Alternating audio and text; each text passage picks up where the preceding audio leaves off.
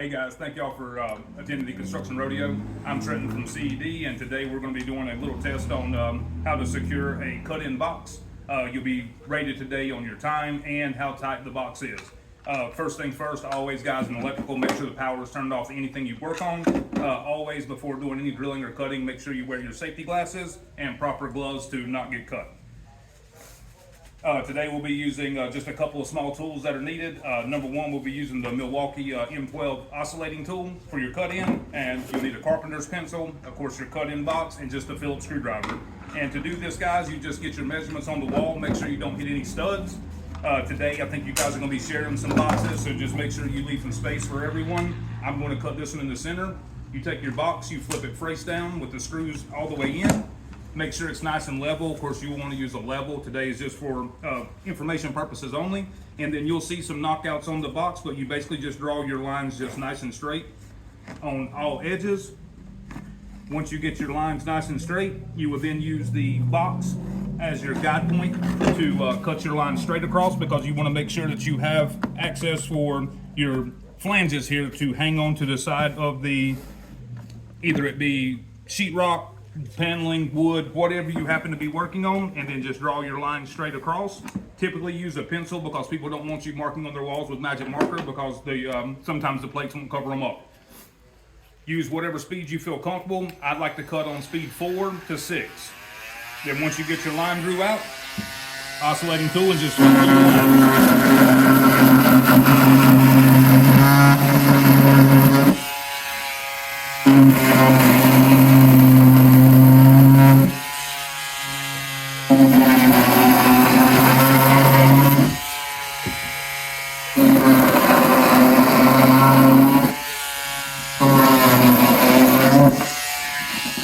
Once your knockout is made, you can always just push that back into the wall, let it fall down the bottom, or if you can take it out, take it out. If your box has got a little bit of a miscut on it, your boxes will cover them up, and your face places will also cover. Try to get it as tight and secure as you can.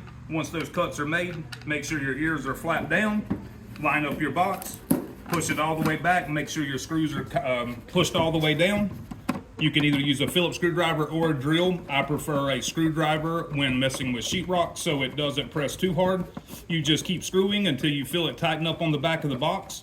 Once the top side is nice and snug, you will then go to the second screw. Do not torque the top screw down until you make sure your box is straight.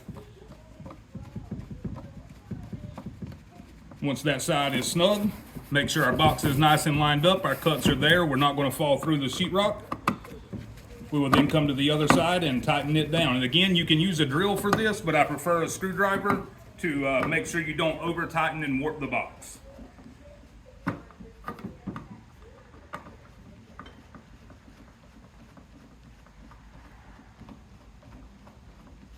All right, I now have both sides secure. I'll go back and tighten the other side up, make sure it's nice and secure.